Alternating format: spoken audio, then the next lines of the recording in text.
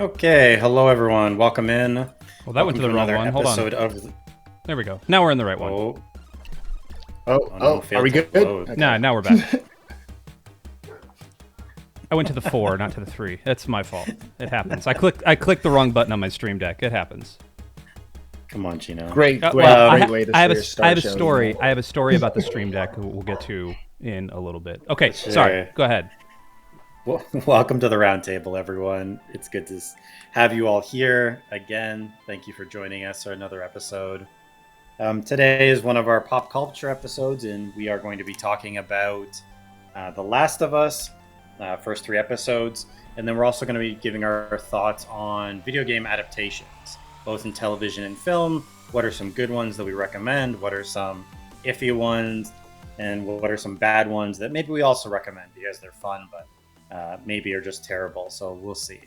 But thank you all for being here. Hello, Bougie. Hello, Josh. Good to see you guys in chat. We appreciate you joining us. But I am joined, as always, by Chino and Nav. What's going on, Chino? You know, just hanging out. I'm sporting the over-the-ear headphones today, the gaming headphones, because in the last, I counted it up before we went live, in the last week, I have been on some sort of camera, live on the internet, or live on a Zoom call for round about 11 hours. That's since Monday. And that's with these buds, my in-ear headphones stuck in there. And I tried to stick them in there before we went live. And my ears just kind of went, nah, dude, not today. Like there was an actual pain. And I went, you know what? I think we're just going to wear the big over-the-ear ones. So, sorry for my fashion choice, internet. I mean, I always wear over it's not bad. your headphones, so I'm not really sure what your comment is meant to mean there, Chino. I know people. I know people love to see my ears. It's one of the reasons they log into the Roundtable and kind of go to Lux. It's so they can see my ears. That's why. Sure. I'm just trying to give the people what they want. Right.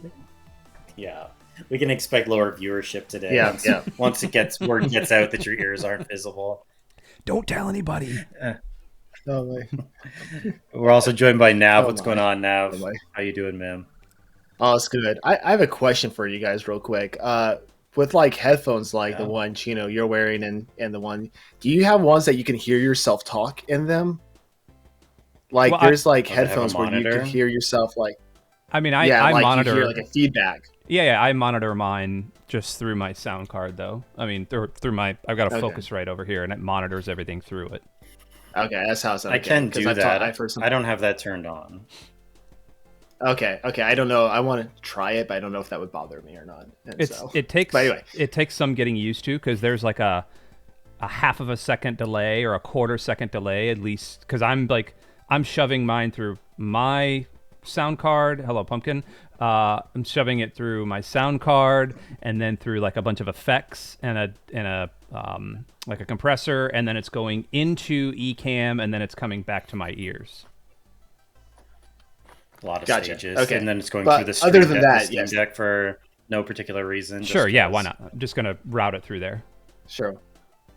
Exactly. But hey, I'm doing good though. Okay, that was my main question. Good. You're talking about him. I'm I have to ask this. I'm just wondering if he does it. But I'm good. I'm good, man.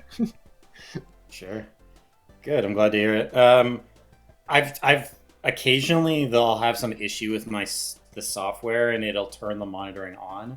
Ooh. And I can't get past phrases because I talk and then as soon as I start to hear myself, I just have that urge to stop talking to listen and I feel you'd have to really work to kind of overcome that instinct to just kind of stop talking when you start hearing yourself. But I know for some applications it's very helpful, and I know when it comes to musicians and that sort of thing, it's a world I know nothing about. But I do know that you have a monitor to see how things are sounding, right? And where you're at, and to gauge and that sort of thing. So, and that's the thing that I've as a musician, I've grown up using in-ears for 20 years now, and I'm used to when I'm doing something, somebody talking to me while I'm doing it, whether it's a talkback microphone from the engineer, from the front of the house guy, or if I'm in a live broadcast or something and there's a producer talking to me, you have to, usually it's just one ear, And so I can hear myself, monitor my own voice, and then somebody's talking to me in here telling me, hey, you got 15 seconds or counting down, and then you got to hit your post while you're thinking about what you're doing, while you're interviewing somebody, or while you're tuning. Or it's a weird, like, I don't know, the first couple of times it happened, I almost felt like I had to throw up, because it's like, like when you're driving and you get in a heavy rainstorm, what's the first thing you do? Like automatically you just turn down the music most of the time without even recognizing it. It's that same thing. Yeah. Yep. Gotcha. Yeah, so I've seen a lot of jokes about that where like go ahead now. No. I was like, one day when this podcast becomes super popular, we'll have someone behind the scenes like giving us cues of when to speak, when to go, all that stuff. There we go. They don't know that we don't have that right now. Don't tell them that. Yeah, you're out in the secrets now. We don't have a producer behind the scenes. Guys. Don't tell them that. Managing everything. We're so popular. Yeah. What do you mean we're not? What do you mean when we become popular now? What's that supposed to mean? Come on. This is positive thinking, okay, guys? Positive thinking. I'm the positive one in this group. Right? Remember that. You have a vision for the future, right? So exactly. That's very good. Yeah. So again, thanks everyone for joining us. We're gonna start by talking about what we normally talk about. What we've been up to. What have we been playing, reading, watching, whatever the case might be. And please put the same in chat. What are you up to these days? What are you reading? What are you watching? What are you kind of consuming? And yeah, let us know. Let us know if you have any recommendations or anything. And I'm going to start this one actually, and I'll give the guys a second to think about it. Well, today, or like yesterday and today, I started watching Ozark. So I mean, I'm only one episode in, so like I just finished the first episode like an hour before we started, while I was having some lunch. And I mean, you already get a pretty good idea of how dark the show is going to be, but it's very good. I mean, the show's been highly praised, so I don't think I need to say that. But I'm interested, and I'll see. I'll give it some time and see if it really kind of grabs me in terms of watching like a couple seasons of it. But I'm trying that out anyway. I also started watching. There's a mini series or limited series on Prime Video called The Rig, and I think it's a Scottish show. Maybe seems like it's Scottish or maybe Irish show, but it's kind of a supernatural suspense, kind of horror-ish type of show set on an oil rig. And so, it's all these people, they're stuck on the rig. Some weather events happen that kind of strand them there, and then some weird things start happening. I won't say much more than that. It's okay, but it's also not that long either. So if you're in the mood for something supernatural, it's all right. I've been having some fun with it. I haven't finished it yet, but I would say it's good enough to at least check out if that kind of vibe is something you're into. Beyond that, there's a show on Netflix called Physical 100, and that's a Korean show that I'm watching bits and pieces of. I saw that. Because it's being... Yeah, they were releasing like 2 episodes, I believe, at a time. And so they've released 4 episodes so far, and it's a competition show that's sort of... The idea is they get 100 people from different disciplines, so different like... so there's like wrestlers, there's like CrossFitters, there's mountain rescue people, there's like ex-special forces people, there's like all the people from all different kind of walks of life, like bodybuilders, whatever, in Korea. And the idea is that they're all competing against one another in different physical competitions to sort of see, what physique is sort of the best, or what sort of, what method of training. It's not really meant to be like, this is how you should train, but I think more just meant to see like who can stand up the most to all of this, who has the kind of greatest like ability to kind of stick through all these different challenges they do. And it's pretty interesting. Like, it's pretty fun so far. And I don't mind those type of shows. So that's been fun. The next 2 episodes coming on Tuesday. I've also been watching season 2 of The Legend of Vox Machina on Prime Video, the Critical Role show. first season was very good. The second Mhm. season, I think, is shaping up to be maybe better even Really? than the first show. I mean, it's not done yet. Interesting. Again, I think new episodes come out on Thursdays, and I think there's maybe one more drop of 3 episodes, and it's done. But so far, I'm in, and it's very good. For those of you who haven't seen it, I mean, I'm sure most of our community would be aware of Critical Role, but if you haven't seen Vox Machina, the show, it's based on their first campaign, and it's very crude. That's what I would say. Like, there's a lot of like sexual jokes. There's a lot of swearing. There's a lot of like inappropriate kind of content, but it is very funny. The action is very good, and as you would expect from a D&D show of all voice actors, the voice acting in the show is excellent. So, I recommend it if you can get past some of the crude language and content in it. I think it's a very, very good show. Beyond that, I think I'm still reading the Dresden Files. I'm on book 14 now in the Dresden Oh man, Files. Cold Days, very nice. or Cold, is it Cold Days? Yeah, I think Cold Days. So yeah, I'm burning my way through that. There is only 17, so I'm getting there. A couple more weeks, and I'll probably be finished the Mhm. series. But it's still great. Still really enjoying it. Movies. Very nice. Sarah and I rewatched Avatar The first one? last week, like the first one. Okay.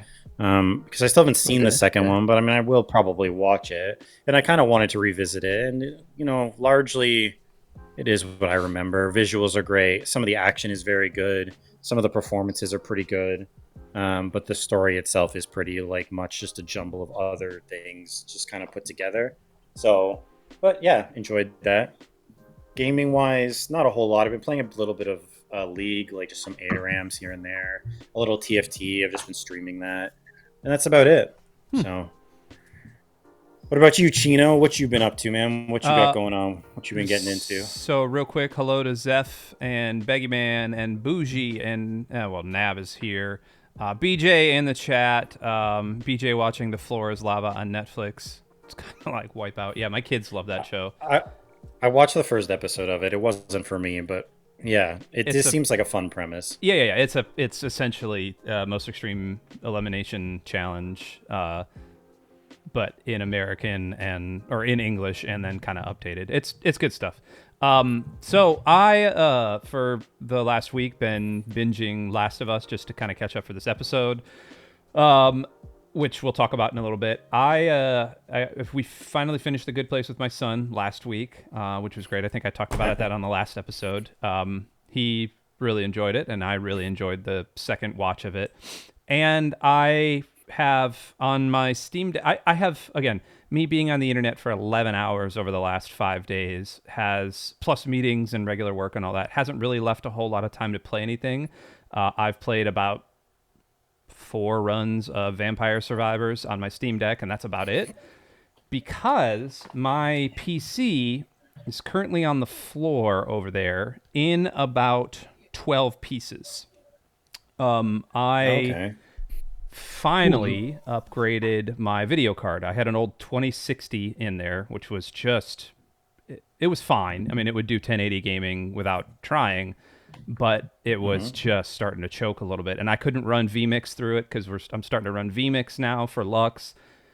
So I got some money for Christmas, and I threw it at a 3070 Ti. Didn't need a 3080 because I don't 4K game. I have a 4K monitor. I don't 4K game. I ain't about that life.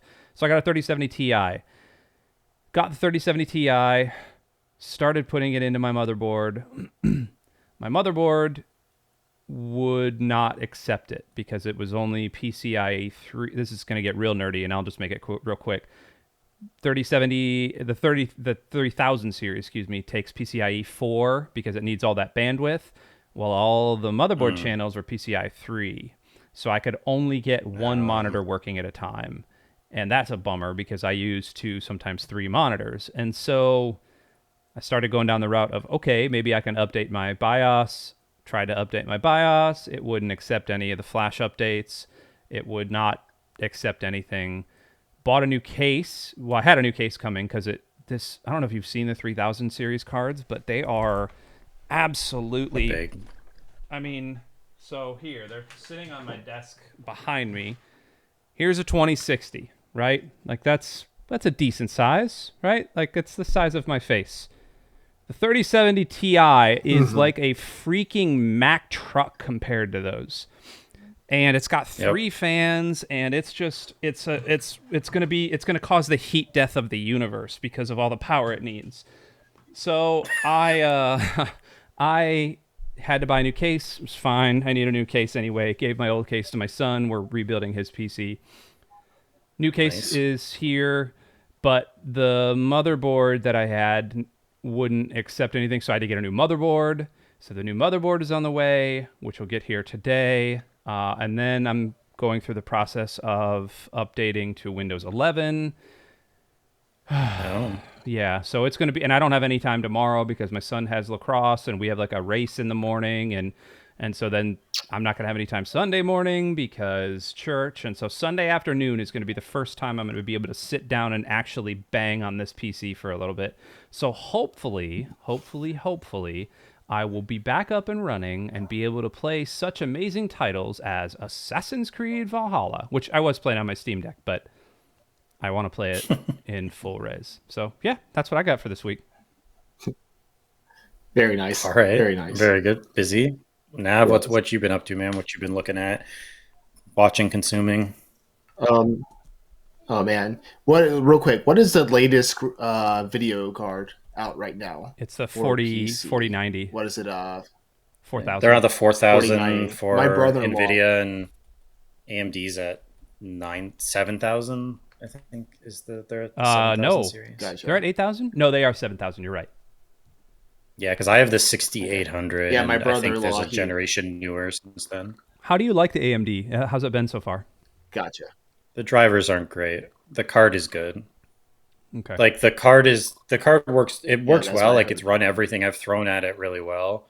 But there's some weird issues. Like when I try to run, I'm using basically a small TV as a second monitor, and apparently there's some issue with AMD where like if the display sizes, like if the resolution is different, like it causes screen flickering. Ooh. Like between the two monitors. So like my main monitor will like flicker a little bit. When I'm in games and stuff, it doesn't seem to do it, so it's okay for streaming. But if I'm just like on my desktop, it'll like flicker a bit when I'm moving around, and occasionally I just get random black screen crashes. That's not good. Not particularly often, like maybe once a week, once every 2 weeks. And I don't even have to reboot the computer. The screen just goes black for like 30 seconds. Then it pops up with like, you had an error of some kind. And then I continue going about my day, but it's certainly frustrating. So the card's good. It's taken everything I've thrown at it. I like it. It was also significantly less. I mean, I bought at a bad time because when graphics cards were still they're still expensive, but the market for them was higher than it is now. Yeah. But it was significantly cheaper than a comparable card, which would be the 3080, I guess. Is it 3080, 3090?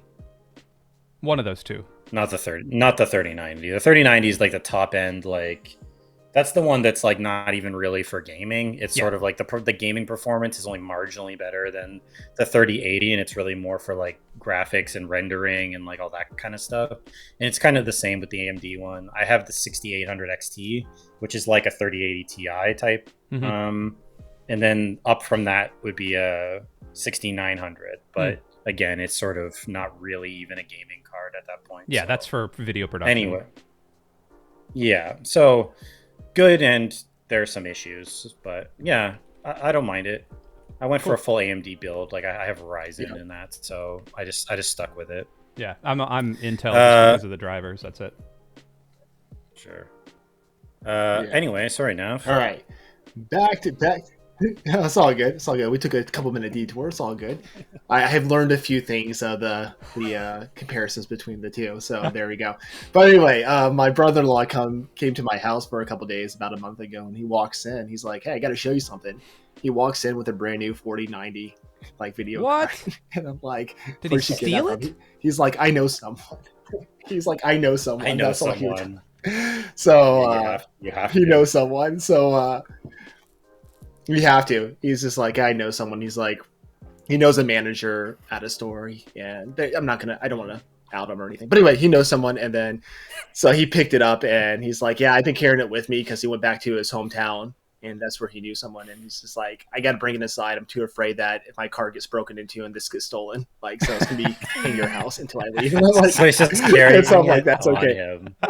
Yes, yes. And the thing was huge. The box was like Oh, massive. Like that thing is, oh my goodness. It was like the they're size of getting my Xbox Series X. obsessive. Oh, they're crazy how big they're getting.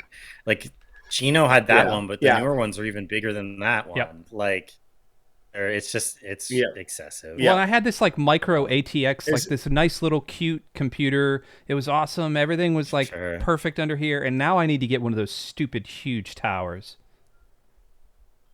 I yeah, mean, yeah. So, you would just have it would just be a mid tower. but You're yeah, not getting a full tower, right? Well, I like the big ones. If I'm gonna do it, Oh, I'm so gonna you're do getting it right. you're getting a full tower case. Okay, Yeah. Well, I sure, want to jam a couple of hard drives in there. Like I'm gonna need to put some other stuff in there as well. sure. So why not? If I'm gonna do it, I'm gonna do it right. It was only like $30 yeah. more. There you go. Might as well go for it. Anyway, going back to what I've been playing and everything, as my dog decides to join us in the room, busts my door open. So, hang on 1 second, guys. Talk while I usher my. Fair enough. It's all right. I mean, Pumpkin joined us a Aw. while ago. Like Aw, Pumpkin Pumpkin's can. here. Does He's Pumpkin chilling. ever just jump up there and be annoying while you're trying to type? No, not too bad. He'll usually just like lay here. He usually just Okay. jumps up and then he lays down. He All just right, I'm lays back, down in guys. front of my Sorry about keyboard. that. So I can't really do a whole lot while he's here, but he doesn't like bug me more than just like he's just here. What's Pumpkin been playing? Like, what's Pumpkin been playing, consuming, watching this week? A lot of squirrels. A lot of squirrels, I mean, birds outside, he does like the window view. Yeah, sure. This place, the bird feeder we're 3080. Out renting. there. The basement has in-ground radiant water heating. Yeah. So there are like hot water pipes running underground, like under the floor downstairs. So when that's on, which we can't keep it on for too long because the house really heats up like crazy. But when that's on, I mean, he just lives down there. Like we don't see him all day because I mean, a heated carpeted floor for him. Like, come on now, that's living the Oh, dream I for a mean, yeah. cat. Totally. Oh man. Oh man. That's good. All right, guys. I can finally say what I've been doing. Let's see here. Number one, they released the super fan episodes of Office season 6 Yeah, they did. on Wednesday. So there's like 10 minutes of extra footage per episode. So I've been watching a few of those. So if you're like The Office, you have the streaming service Peacock, they're on there. So go check those out. They've been pretty funny. Lots of extra little stuff, just like extra little insights of story that makes, honestly, it makes like some scenes make more sense with what's going on. And so, which is really cool. It's just like really cool. So I've been watching that. My brother-in-law, he is like basically living with us for the next couple of months. He's just coming up here to visit us.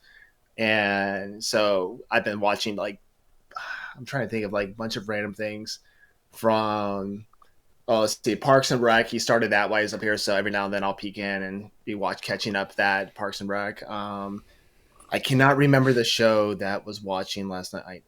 I can't remember. If I did, I'll message you, Templar. It's like on Netflix or something. It's interesting. But that's not really that. Not too much. I'm watching The Last of Us. We've had a when we talk about that, I'll share a little bit more what I've been doing. It's been kind of fun.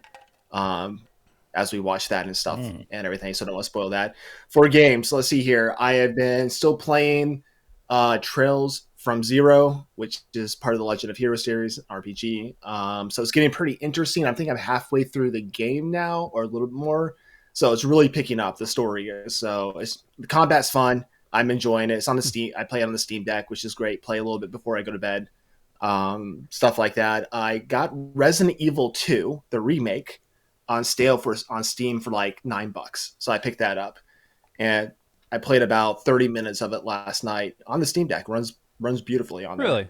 And yeah, I bumped it down to, I had it unframed, like, well, like no frame rate limit basically, and it was hovering between 50 and 60. So I just capped it off like at 50 basically, so it wouldn't be no jumps, whatever. So I mean, it's running just like whatever settings is on. I haven't checked, like I haven't messed with any of the settings yet, except for the frame rate stuff from the Steam Deck. But it runs like perfectly fine. Taking out some zombies, yeah. So I like it. Just get me ready for Resident Evil 4 when that comes out. Just gotta like, okay. Oh yeah. And plus, it's a short game because they say like each character you play either Leon or Claire in the game. And once you beat one path with Leon, you can play Claire for the next path. And they say the game, if you don't do all the collectibles and everything, will take you about 8 hours to beat with both characters. So I'm like, that's like a perfect game length just to jump in, all that stuff. Yeah. So I've been wanting to play it. It was on sale, so I got it. So I played a little bit of last night just to test out on the Steam Deck, enjoyed it. I got to go find someone. I'm in the very beginning. I got to find some guy in the police sector or academy. Oh, or I know where you are. in. Okay, yeah. Yeah. So I'm only at the beginning. I only wanted to test it. I got it last night, so I wanted to test it out. So I spent like 30 minutes with them messing around with stuff. But so I jumped into that. So I'll play a little bit more tonight. About to start back my Persona trek because it is February, so I have to beat a new palace. Yes. So Right. I'll keep you guys posted on that. And so I had to mention that. I'm on book. My book 5 or 6 on the Dresden Files now. That's why I've been reading. I think I'm on book. Oh, what book am I on? Oh, nice. I can't remember. I'm on book 5 or 6. I can't remember. It's one of those two. I think I'm on book 6. So it's picking up. It's where, not to spoil anything, it's where like the whole, he has to duel a vampire. If you remember that book. Where because there's like this vampire war going. Yeah. I'm in that book. Okay. Anyway, I'm in the middle of that book just to kind of like. That's a good book. Just so he has to prepare that book. Yeah, that book introduces some characters that I really like. That book introduces some really cool characters that stick around. Yeah. No spoilers. Okay. But that book, the book itself is very good, but also like it introduces some interesting stuff that really comes into play in the next few books. So nice. Oh, very nice. I am looking forward to it. So I actually have some time to do some reading this weekend. So some fun reading. So I'm looking forward to doing that because my week has been crazy, just like with a bunch of stuff and everything. But and then let me think anything else I've been playing. Let's see here. That game, of course, Vampire Survivors, Marvel Snap. Played a little bit of MTG Arena. Because I have some decks on there. I just mess around with that on my iPad. Nice. Yeah. MTG I didn't know you played that. So it was fun. Okay. Oh, I do. Do you play Arena? Do you play Arena a little bit? Okay. No, card games were like... Runeterra was the first card game I ever got into, and then I played a bit of Snap. Okay, really? CCG I got into anyway. Yeah. Gotcha. I was big into MTG back in the day. Like, I went to... Pro Tour. Well, not like I went to preliminary Pro Tour qualifiers and everything, and did like I finished top 8 a couple times in terms. I did stuff like that for fun. Then it was just like so time consuming though and it's a money pit too, like with the card game. So I was like, yeah, I'm done with this. It is a money pit. It's like it is a money pit. I'm like, okay, and like when they came out with the digital like MTG, I'm like, I can mess around with this to like get my MTG fill that I need every now and then back off for a little bit, and it's so much cheaper, guys. Yep. And so, anyway, but doing that, other than that, I've been talking to a friend. He's a big into D&D, so he's helping me get a campaign ready that I can do with some friends. So awesome. I'm gonna local jump or online? into some D&D pretty soon. Yeah, local.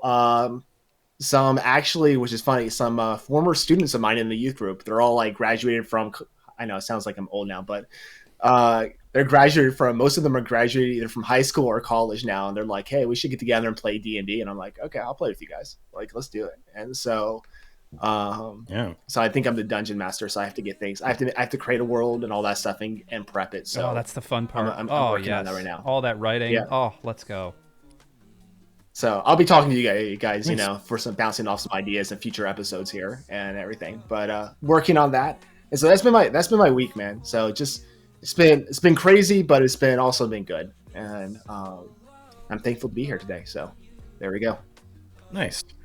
Yeah, I think I'm playing D&D tonight, I believe. Our game got rescheduled, but I believe I'm playing with Grey Hood and a few other people from the Discord tonight, so I'm looking forward to that. I've been wanting to play a little bit. And once I get far enough into the Dresden Files, I want to... There's a Fate system Dresden Files game called Dresden Files Accelerated. I guess it's based on like a Fate accelerated system. And Ooh. I just need to get far enough. I believe I believe once I finish the next book. So I think once I finish 15, I will have caught up to where they were when the game came out. So there won't be any spoilers in it for me. So at that point, I'll dive in and maybe see about starting up something with that, because it's a really cool world. I think it would like adapt really well to. It is a cool world. A role play game. A D&D Dresden Files. I'm all in. Okay, Chino, if you do that online, I'm in. Okay, I'm in. I need to read the books first, but yeah. You don't have to. Yeah. But that's the thing, is it would spoil some stuff for the books if someone did intend to read them. So I guess that's the only thing to figure out there. But anyway, that's awesome. Lots going on. Also, so Nav, what is your dog's name? Because there was a little bit of confusion in the chat over who was who. Oh, my dog's name? Wait a second here. Okay. I have two chocolate labs, okay? And the older one is named. I was like, Freya, wait, you mean wait a second? Norse goddess. I was like, you don't know what your dog's name is. I was like, what do you mean? Wait a second. Are you checking your notes? So I'm checking my notes here. Hang on here. Go through. Chocolate labs. Great. Okay.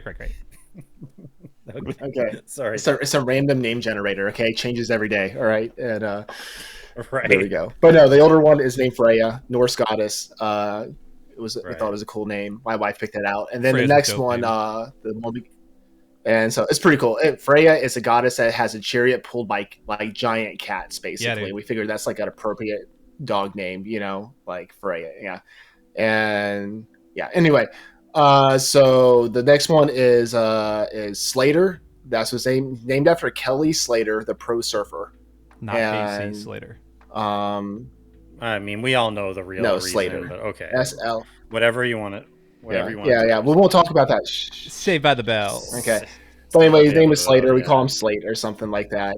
And I'll throw a picture of him in Discord right now. So if you go on I'll just like what channel should I throw it in, guys? On our Discord, on our blog. Just general. General. Okay. Yeah. I post pictures in there all I'm the gonna time, upload it. So. All right, I'm gonna upload a picture right now. But his name is Slater, and he's a cute pup. He loves to steal hats and rags, and like off a counter, like dish towels or something. So we're breaking him of that. He's 50-50 with the dish towels. My hat, I haven't trained him yet on that. Yeah, it looks like a rabbit. It's okay. We want to say hello to a low-budget product in the chat. Thanks for joining us here at Lux Digital Church. Hello. Welcome to the Roundtable. Welcome. We're just goofing around for a little bit until we talk about The Last of Us. So thanks for being here. Yeah, appreciate having you. And yeah, Janny was just a little confused about who Pumpkin was, but Pumpkin is my cat, my big boy. He's about 24 pounds at this point. Although he's lost a little bit of weight since we got here. He's been a bit more active, which is good. So yeah, Pumpkin's my cat, and then you got Kelly Slater and Freya over there for Nav. So yeah. With all that having been said, let's jump into The Last of Us. So we've all watched the first 3 episodes. Third episode was on Sunday night, so we got another episode here coming up in a couple days.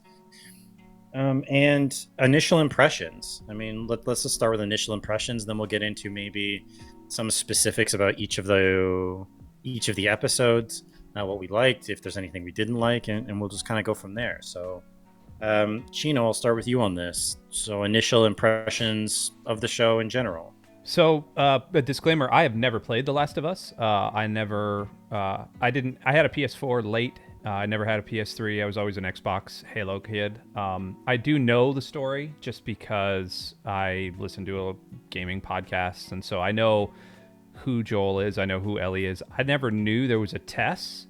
That was a fun little twist. I never knew there was a Frank and a Bill, although apparently, according to places like Kotaku, they weren't actually in the games, I guess. I don't know. it feels. I believe Bill shows up briefly in the game, but there's never any time spent on them. Okay. Really, like we get in episode. Yeah. It's just a brief. It's just a brief thing. You never meet Frank. So, initial impression, it feels very much very bleak, very dark, very, very dark. But it also feels very much like I'm in a video game. You know how you can definitely tell there are ways that video games frame things in their cutscenes. I'm thinking specifically of the one shot where the three of them are walking, I guess, into Boston.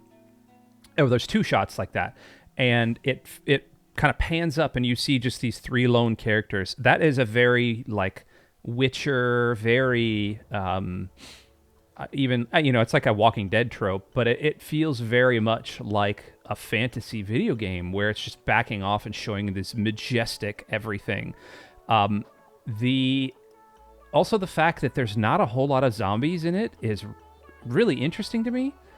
Like it's a zombie TV show that is not about zombies, which I kind of dig, because I'm not like the biggest zombie guy. I think they're like, out of all the monster tropes, I think it's kind of played out. And it's because I watched The Walking Dead for, what was it, on 18 seasons? I watched it for about 7 or 8 of it and then just kind of fell off.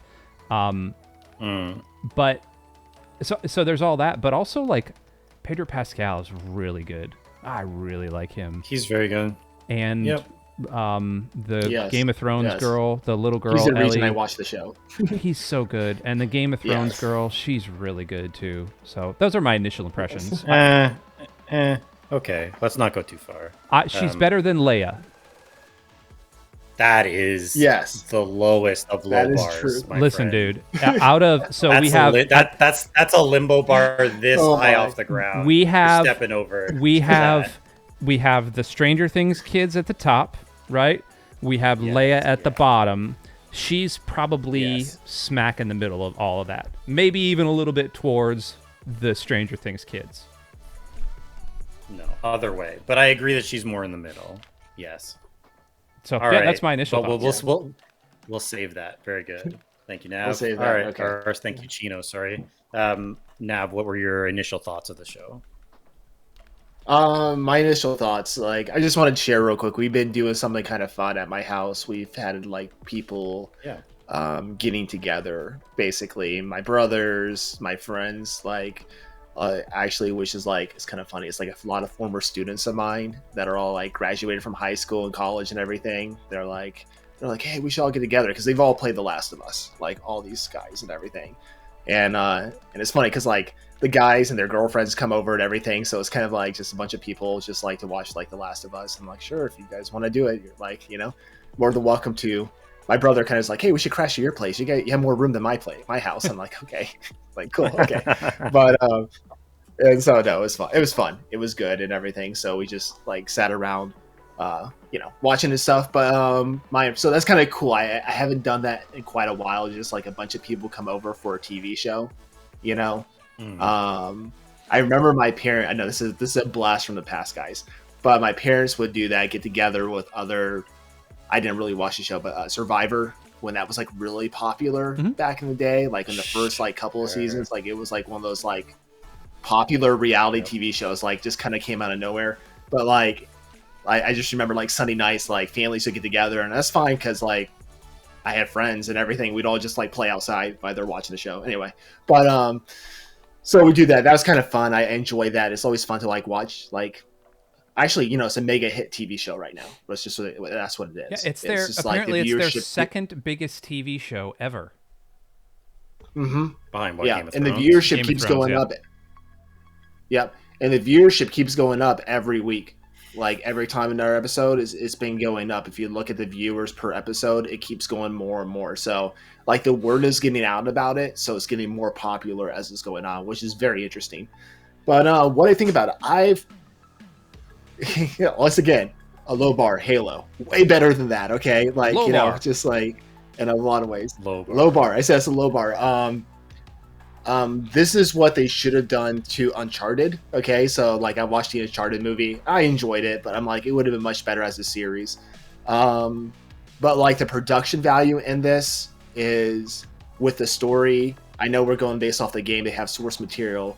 I guess I should say it's better than Rings of Power. Okay, there you go. Okay, just like low bar. I think it's like Speaking low bar. of I know low bar. bars, I'm yeah. trying. I think yes. I'm taking shots here at all TV shows. Okay, this is how I'm feeling today. But Hey, it's not our fault that like most of the shows we've talked about, or most of the shows that have come out that have been big enough for us to talk about in the last, since the show has been around, have not been of the highest quality generally. Agreed. You know, that's not. It's Yes, not our. yes. It's not our fault that those are the comparisons we have. Agreed. it's like I think this is finally worthy of a show that's like we can measure things to in the future. Like we have a bar now. Okay, I don't know. For me, it is. I'm like okay, Sure. especially with video Yeah, game yeah. adaptations. Like I'm like especially with video game. This is honestly for a video game adaptation one of the best ones. I will get into that in a little bit. Yep. But I'm saying I like the production value. I played the game. I've liked how they changed a few things about it. For the most part, all the characters. I like Tess as a character. The actress that played her, I thought she did well. Mm-hmm. The girl that plays Ellie, the first episode I didn't like her. The second episode she grew on me a little bit. Okay, so I'm withholding judgment right now on that. You saw a little bit more of her character, the character bonding between her and Joel, basically. So we'll talk about it a little bit. But like for like the screenshots, the just like it looks dirty and looks gritty. It looks like a post-apocalypse world, and that's what's cool about it. Like it looks like you're there, and I like it because a lot of times you have these like settings and everyone's like squeaky clean and cleanly shaven, and you know it's like where did they get these like designer clothes from? You know, like that type of thing, and and so and you have like these That's like fair.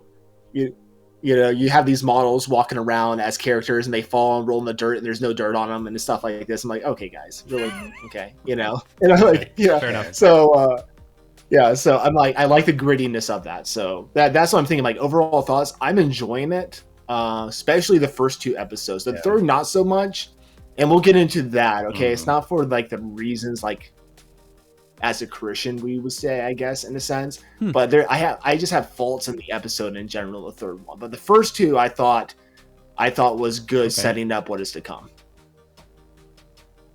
Yeah, okay, for sure. Initial impressions for me, as was already kind of alluded to, show's grimy. It feels grimy. Like it's a world that feels like dirty, like Nab was sort of saying. Like there's no one here who's like feels clean and polished, and like nobody's looking great. Like everyone looks like they've been in the apocalypse for quite a while. I think obviously the production budget is very high, as you would expect from HBO and a show of this kind of size. So everything looks good. I think the way they've realized the world is excellently done.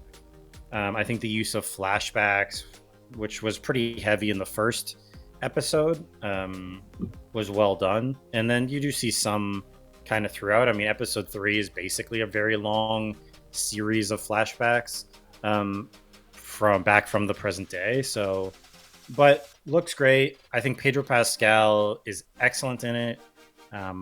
He's been in a lot recently, and I think maybe there was some sort of trepidation about him being in it, and I wasn't sure. Like, I don't know. I have also never finished The Last of Us.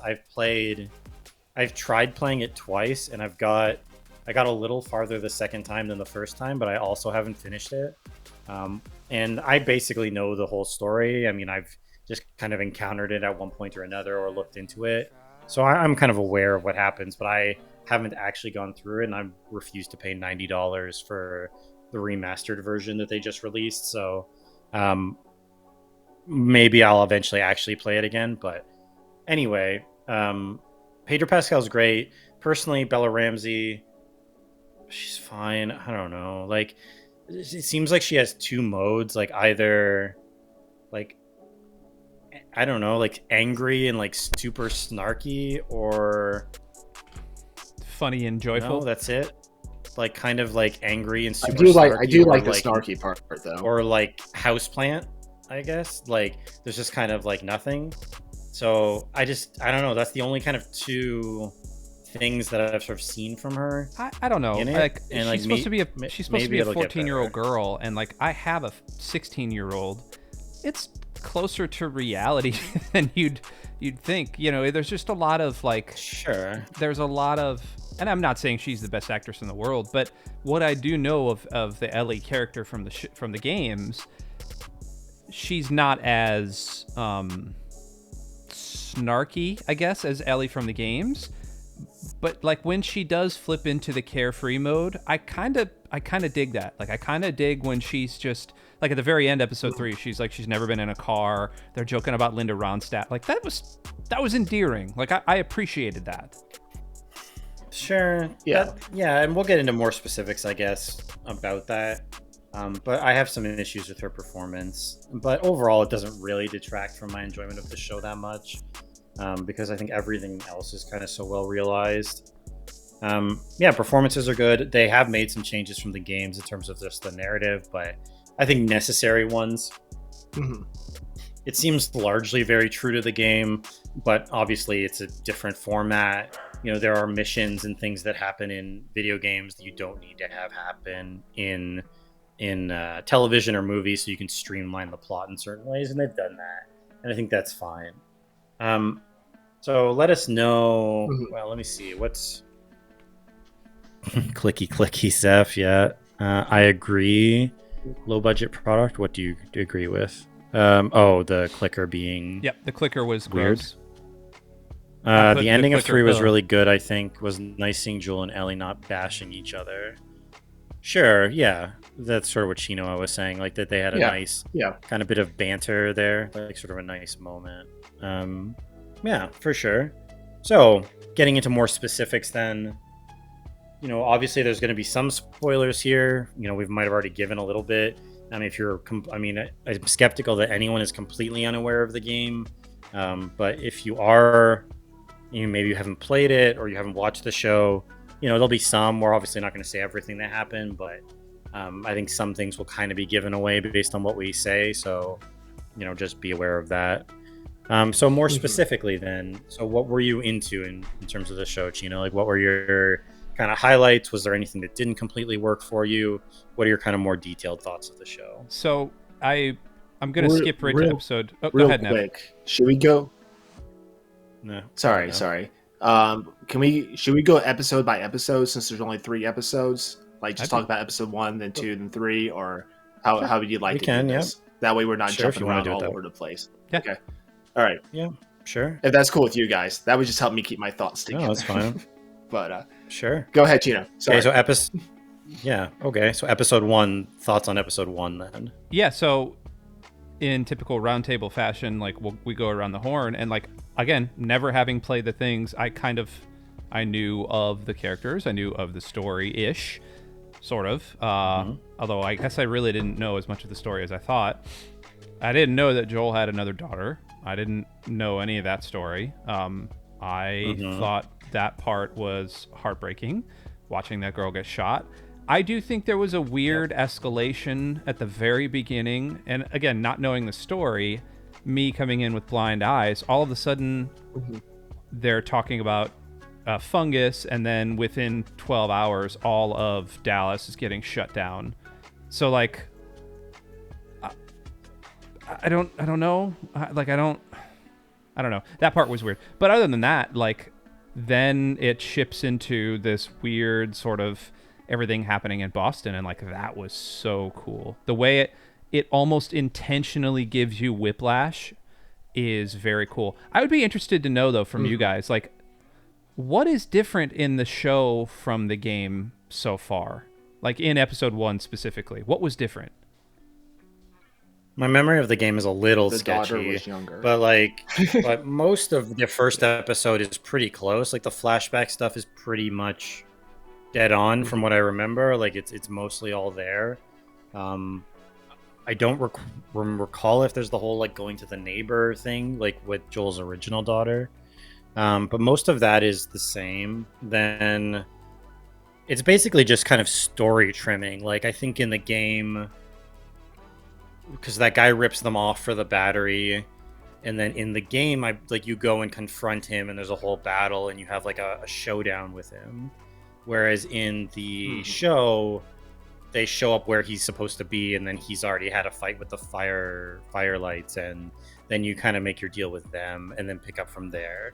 So it's just kind of trimming some like stuff out of the game that you don't really need that in the show. You can kind of just streamline it a bit.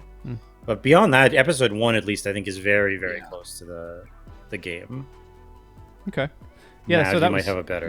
That was my initial thought there, or my in-depth thought. Yeah.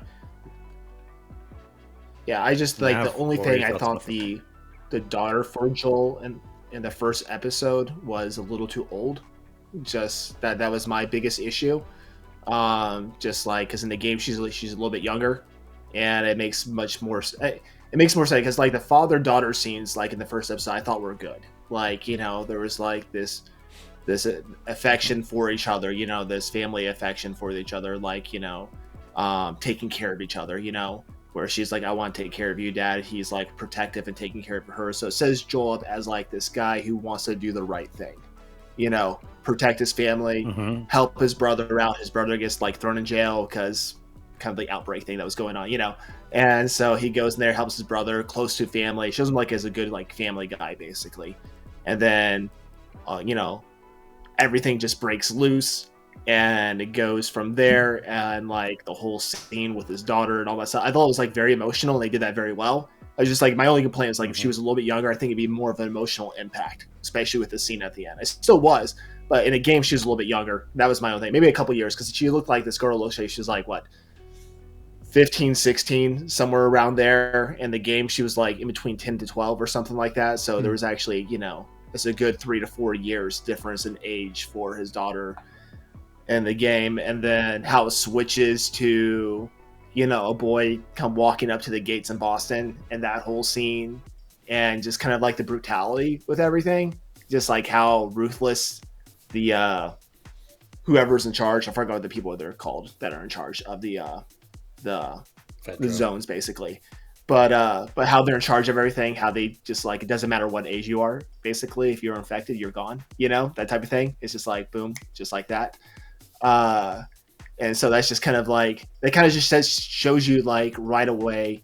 And also like the scene of like I thought it was really well done, like driving the truck around trying to escape, because that's like in my mind I think of like something like, oh my gosh, not like a zombie apocalypse. Yeah, go ahead. Well, I was just gonna say, this happens 2 or 3 times. So in the second episode, I'm gonna jump ahead real quick, but they do. I'm really in tune with one shot scenes, like no breaks or anything.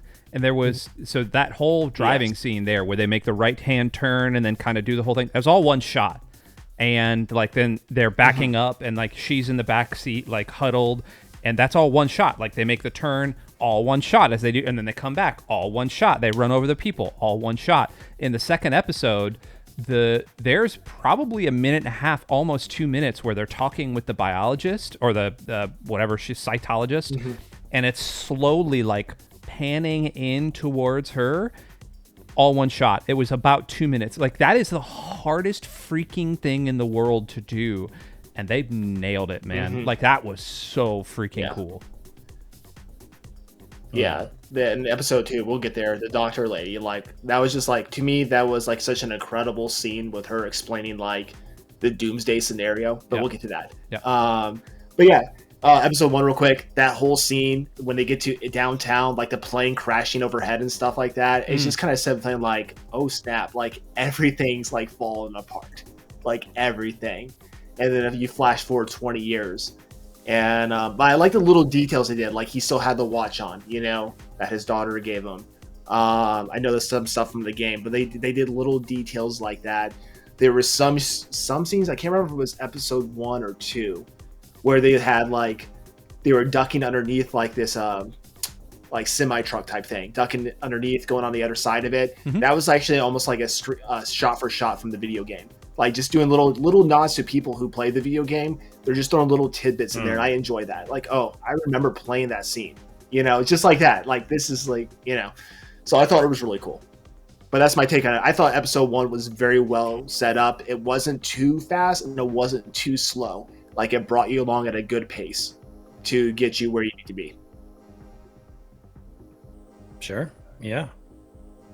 Yeah, I'm with you guys. I think episode 1 was very good. I think it was did a good job of introducing everything. You know, you get a good sense for the world. You get a good sense for the players, the stakes, the kind of situation that Joel and Tess, are in.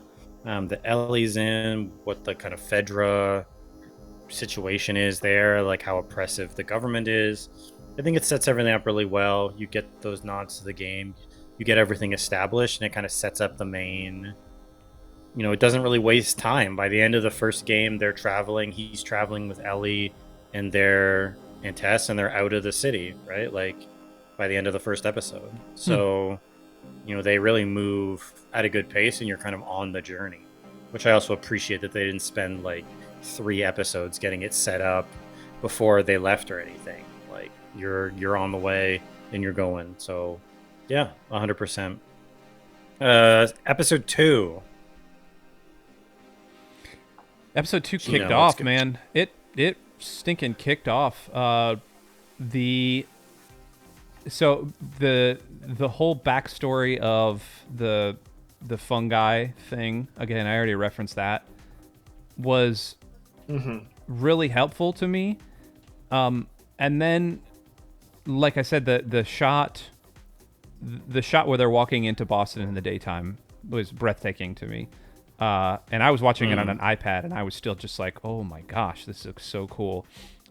The one thing that sticks out in my head, obviously there's the big blow up of the museum at the very end, but like that fight scene, like when they're getting chased by the clicker up at was equal parts. Like they did real well at like ramping up the intensity the entire time. But I feel like I saw that exact same fight scene like from a quick look somebody was doing or something. Like, is that in the game, in that museum area? Yes, it is. Okay, so I was right, because like there's a lot of that. Yeah, there's like one shot where no, you're right, where Joel and Ellie are like down behind a glass case or something, and they're like creeping around the corner, and like I feel like I remember seeing that before, and I was like, wow, I feel like I'm in the game right now, or like I'm watching a 24 frames a second version of a 60 FPS game. That was so cool. There was a couple little things there where I was like, I didn't really understand like why the clickers can't see, until all of a sudden you see that there's just like mushrooms over their face, which I think is hysterical. Those things looked even campier than I thought it was going to, and yet at the same time, like I was eating lunch and I was watching it and I was going, oh, my stomach's kind of turning right now. So, and then outside of that, just like watching Tess sacrifice herself. I don't know if she does that in the game, but like when that zombie kissed her, I was like, the grossest thing I've seen in a long time. Again, don't know if that was in the game, but I was like, man, y'all did Tess dirty. Y'all did her dirty in this one. So there's my thoughts for episode 2. Oh man. Okay, so I'm going to help you out, Chino. Here, all right. The first scene with the doctor talking about the fungi and stuff like that, with a cadaver body and everything. I thought that was like a very intense, like the whole setup and the scene was so well done. Like the dialogue, where she goes into the room, she goes like puts her finger in the mouth, and I'm waiting for that mouth to close down and bite her. Like, I don't know about you, like when she's like. I don't know about that. Like when I was waiting, because like in like horror movies, you see that all the time. Something like that happens. You're and so, but they didn't play along that trope. Which you're expecting a jump scare of some kind. So I'm glad they didn't do that. For it. We might have a little lag here. Yeah, but them not doing that just made it more intense, because you're just waiting for something bad to happen and nothing happens, and you're just like, oh my goodness. I was like. I'm like on the edge of my seat just a little bit, thinking like, okay, is this thing going to pop up? Is this going to thing go like ballistic? So it doesn't. But then the whole thing when she goes in there, she's like, there's no cure, there's no vaccine. And that military guy's like, what do we do? She's like, bomb the whole city. Yeah, bomb. Just bomb it, because there's like people. Yeah.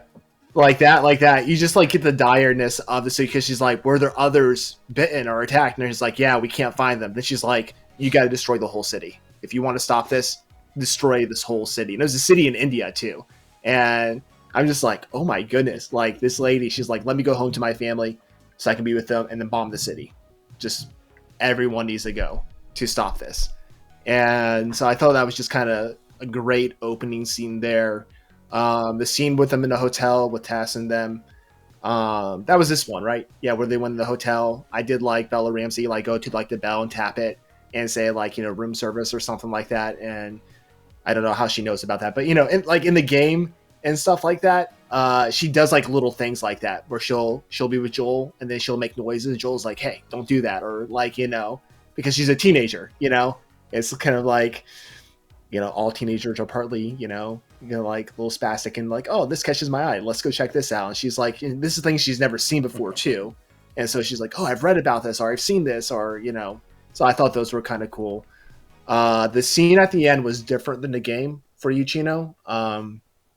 Uh, it happened with basically her sacrificing herself because of like the military coming in, basically, if I remember correctly, and it wasn't because of clickers and everything, and there wasn't a weird kissing. But honestly, for people who haven't played the game, I think that was more impactful than the other way in some ways, because it was just like, oh, this is just, it's like that gross factor, and just like this is so weird, and all, and also they're playing off the fungi type thing where like the fungi is all the fungi are kind of like all connected to like a hive mind in this game, which is in this video or video series, which is different than the game. And so, and they're going to the whole thing where like they, the directors talked about fungi where like mushrooms in the forest can communicate with other mushrooms like miles away because of like fungi and stuff like that. That makes it trail like how they're all connected and everything. So it's like they're kind of set up this thing where all the clickers and everything are somehow all connected with each other, and they kind of like since she was bitten, they recognized her as one of their own, and that's why they didn't attack her, that type of thing. So they're kind of like setting up this thing a little bit different than the game, because in the game you can actually get infected by airborne spores basically, and in certain parts of the game, if you go into an infected area, you have to wear like a gas mask to go through the area. But they didn't want to do that in the video series or in the video because or the TV show, sorry, because just taking off a mask, on and off a mask, makeup, hair, all that stuff, it would just be. Well, I think just, there's also and then you have to like explain all that. there's also, we're coming out of a pandemic where everyone was wearing a mask, so I think there's probably something to do with that too. Yeah, probably so. And they said there's just like there was many reasons why, and they don't want to cover up actors' faces either. I mean, we already know the main guy that played Master Chief. He didn't want to wear a helmet most of the time because, you know, you wanted his face to be seen. But anyway, so I thought this episode was good. The ending was different than the game, but I was okay with it. It got the point across. You know, it was the same thing. It didn't change the storyline really any. It's just they just carried it about a different way, and I'm okay with that. Sure, yeah. So on to you, Templar. My memory of the second, like what the events where the second episode would be, are a little less clear. But I think it's very intense, and I mean, there's enough kind of zombie action in it that was compelling. And I mean, I was terrible at the parts of the game with the clickers where you had to like be stealthy and super quiet and like sneak around, and like you couldn't really fight or anything. Like I was so bad at that part of it. But in the show, it works incredibly well. Like the tension is there, you know, especially you get the reveal of them is actually terrifying. Like, you know, it's very well executed, and then you get that sort of hive mind. You know, you step on something wrong, and then like 400 zombies from down the block start running towards you. Like that's terrifying. Like you just you just like lean up against some goo on the wall, and then all of a sudden 1,000 zombies are coming to break your door down. Like that's, and I've never seen a zombie property where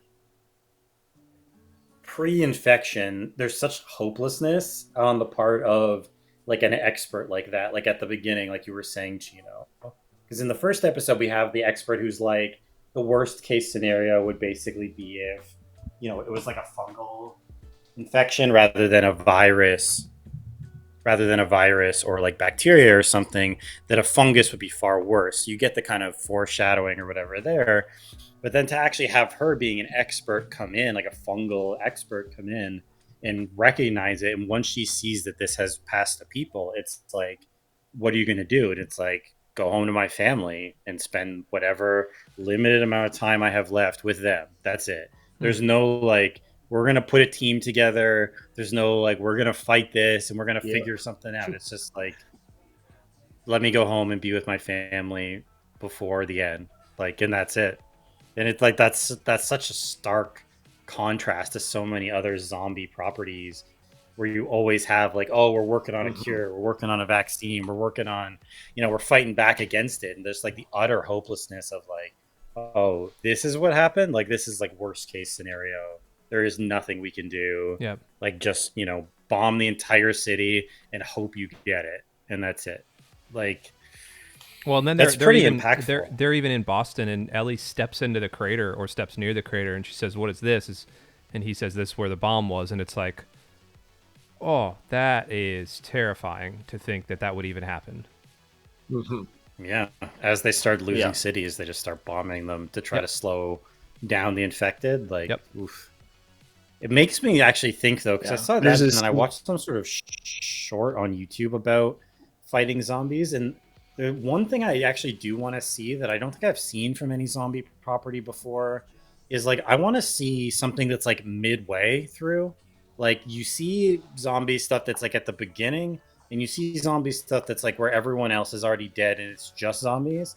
Like, I want a zombie show or movie that's like in the middle, kind of, where it's like you're still actively like fighting against the threat and like some of like the strategy involved in that, and like actually trying to see like the military and that, like what's left, like how they would counter them and like what they're trying to do and what's failing and what's working. Like, I feel like that doesn't really exist in zombie properties where you're like actively fighting against them, like where there's still kind of a semblance of nations left. I mean, maybe World War Z, but like that's different kind of. That's not really that same perspective. So I feel like that doesn't really exist, but I would kind of like to see that in something. I feel like I would like to see that side of a zombie show or something. Yeah, agreed.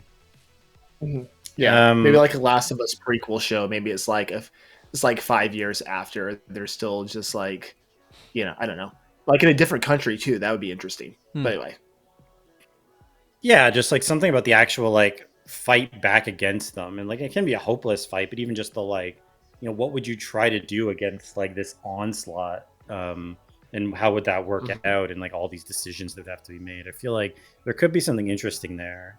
There's probably a reason why it's never been attempted or made, but I think it'd be interesting. We're getting a little short on time here, so episode 3.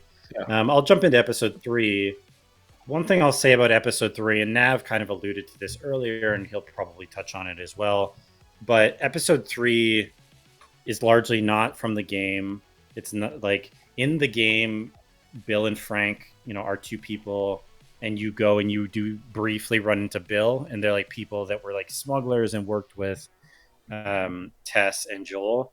In episode 3 is their story. Episode 3 of the show is basically their story. You spend very little time with Ellie and Joel. It's mostly all Frank and Bill. And in the game, I'm not sure if they're actually a couple or if they're just like friends, or I don't know, like buddy. Like, I don't know if it's actually made clear. So the entire 3rd episode is basically like a romance between these two guys, between Bill and between Frank, with sort of showing that Bill was sort of like a prepper, like a bit of a doomsday guy who had like a bunker ready and had like, he kind of, like he was set up for this. He's like one of those guys who like everyone says is crazy, but then when something actually happens, he can be like one of the few people who can be like, I knew it. I knew something was going to happen. And how he's like carved this little sort of utopian space almost out for himself in the middle of this craziness.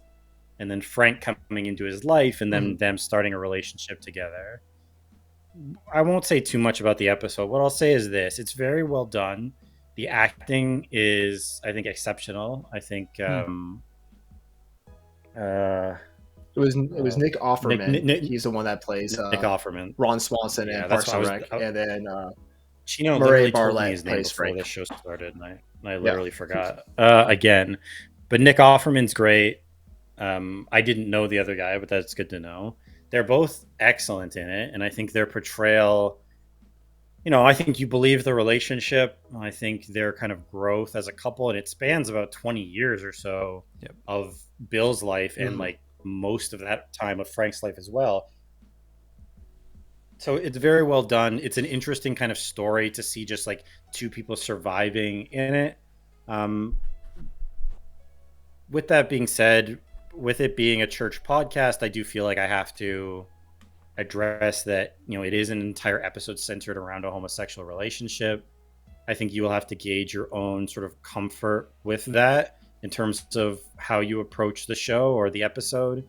There's nothing explicit, but there is a fair bit of, pretty suggestive stuff. And that's just something you have to be aware of and sort of gauge for yourself if that's something that you're going to be up for. To be honest, I think it's probably an episode that you could skip, and I don't think you would lose anything from the overall plot of the show. Like if you just saw the Joel and Ellie clips, like basically it's like the very beginning and very end of the episode. If that other part was an issue for you, you could probably do that. With that being said, I watched it and it's very well done. The actors do an excellent job, but kind of make of that what you will. Nav, I'll go to you since it seems like you were a bit on the same page here, and then we'll finish up with Chino on his kind of his thoughts of it. So Nav, what were your... I thought the episode was. Nick Offerman's an incredible actor. I'll just say it that way. So if you watch anything with him, it's just going to be good. So you already know the episode is going to be like acting wise phenomenal. I'm sorry, just like he's just a phenomenal actor with most of the stuff I've seen him in.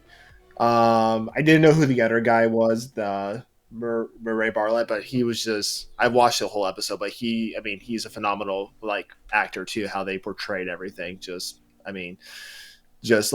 But it was basically those two. That was the whole like episode, was just those two acting. There was really which was very interesting in the sense of like you don't see many shows like that where it's just like basically two people on the very episode. So like the whole chemistry and acting and everything has to just be that, and that's it. So like the acting has to be good, otherwise it's either going to be a really good episode or just like a bad episode because there's only two characters in it. But honestly, you could watch the first 10 minutes to get an idea of what's going on in the last 10 minutes. And 10-15 minutes and you wouldn't really miss anything. You would just miss like the 20 years of their life together basically, and then the rest of the game is just kind of like the rest of the rest of the TV show, this was like almost like a DLC episode basically. Like you don't need this. It adds backstory, but you don't need it. It's like the first couple of minutes explaining like the trench with a bunch of bones in it. That was like just kind of like, once again, it kind of like floored you in the sense of like, wow, just like the brutality, just kind of like that of, because of a virus and everything, how far people were willing to go because there wasn't room basically. And I'm just like, oh my goodness. Like that was just kind of like, that kind of set up, then it flashed back to where you meet Nick Offerman's character, Bill, and stuff like that, which is very how it sets up. And, but yeah. And so like, that right there, then the last 10 minutes, like the bonding between Ellie and Joel and everything, I thought that was very well done. You got to see that acting, and I thought that was like definitely worthwhile in this episode to watch. And it's like okay, you showed me this hour story, but like it's like this was just filler. It was a filler episode in all intents and purposes. And so you have to judge it because like the LGBTQ theme and all that stuff. As a Christian, you'll have to go in with a discerning mind into it. But if you do want to watch it, but you don't want to watch all that stuff, you can basically watch, like I said, the first 10 minutes of the episode and the last 15-20 minutes, and you'll get a good, you really won't miss anything. But overall, like I said, the scenes, everything, production value, everything about it was well done. Just like, acting, production, The only thing that didn't make sense is like, why did he have, as Joel said, a crappy Chevy S10 in the garage when he had a whole neighborhood to pick trucks from?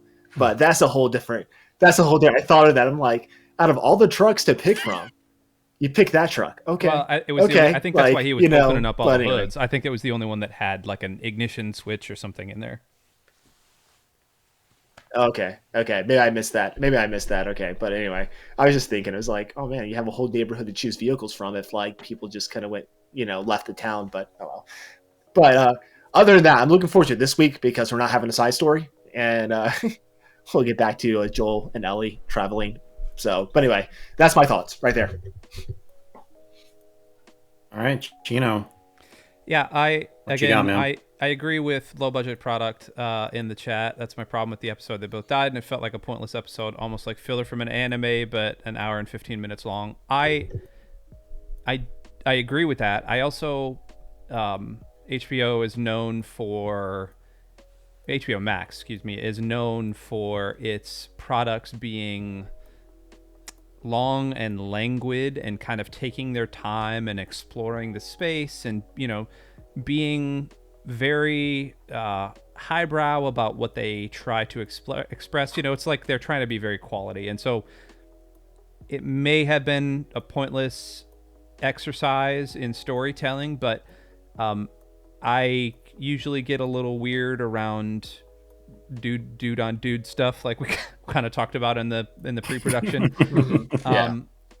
And so there was me kind of fast forwarding a little bit every once in a while, but I have this, and I'm gonna tell the story real quick. But like I remember, I have a thing about stories that talk about people willingly giving up their lives, and I don't know what it is, but it's like maybe it's the pastor inside of me that relates things to Jesus or relates things to whatever. But anytime I see a story where people are willingly giving up their life, not necessarily committing suicide. Suicide is a totally different thing. It's the like self-sacrificial thing.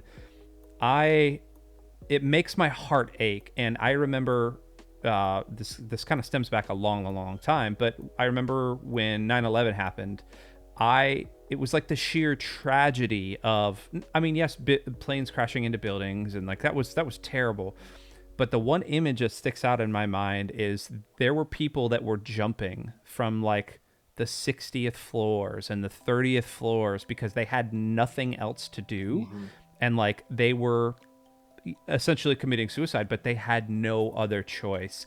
And like I always internalize that, and I always start to think about my wife and my kids and my dogs and my everything. Like, man, what would it take to get me to that position? And so I'm sitting there watching this episode, watching Nick Offerman, who was just he's an amazing actor, and the way he was crushing this episode, the other guy was good. He's from White Lotus, like he's fine. He's a good actor, but like Nick Offerman, my goodness, man among men. This dude is a wood carver. He builds boats and chairs, and he's out there felling trees.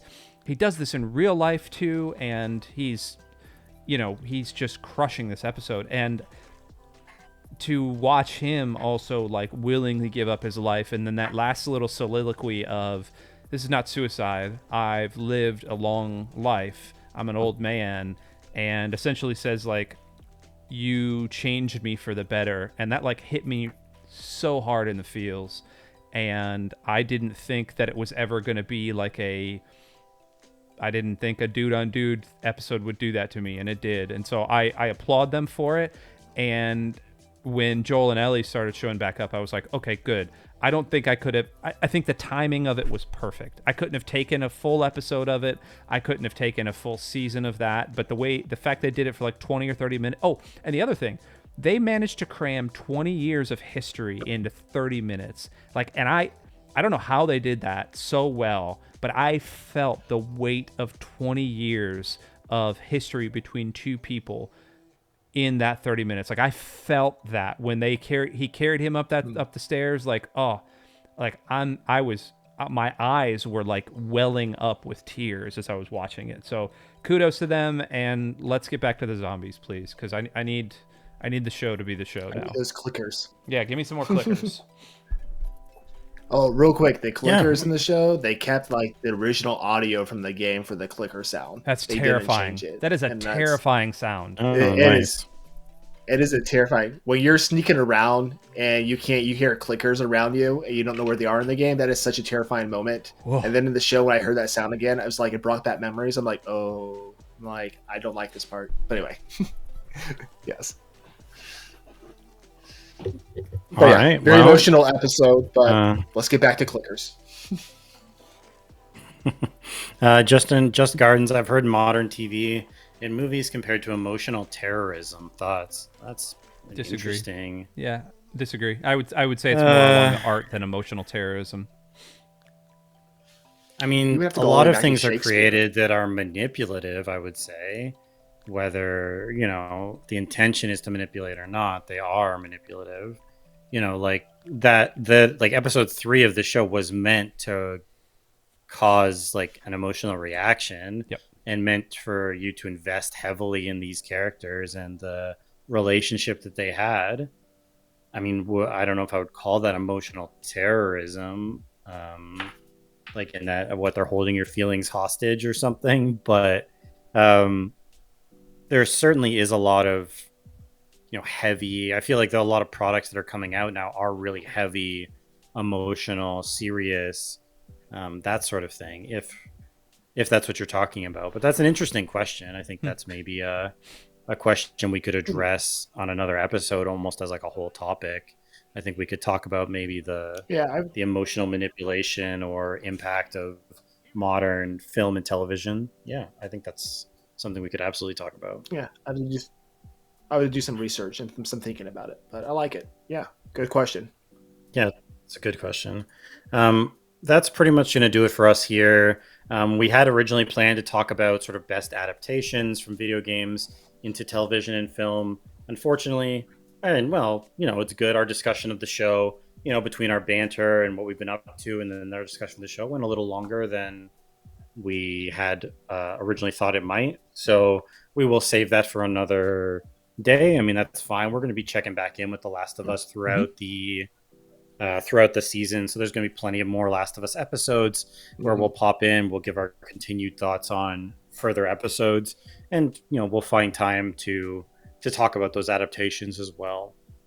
So yeah, that's basically going to do it. Please jump into the Discord if you haven't already. I'll hit that in the chat right now. Sure, thank you, Chino. Jump into the Discord if you haven't. We have a roundtable discussion channel in there. Feel free to post questions for things that you'd like us to talk about, like the one Just Gardens put on there. That's a great question. I think something we can talk about in the future. Respond to things that we said. If you agree, disagree, what's your own, maybe suggest some of your own thoughts about what some of the best adaptations are or some of the worst adaptations. And next episode, we will be talking, will be one of our spiritual episodes, and we'll be talking about a more faith-based topic. But it's always fun to come and talk a little pop culture. So thank you, Chino. Thank you, Nav, for being here. Thank you, everyone, for joining us in the chat. We very much appreciate it. And from the three of us, I hope you have a blessed weekend and a great week. And we will see you all next Friday, all right? Jesus, peace. Later. Later, friends.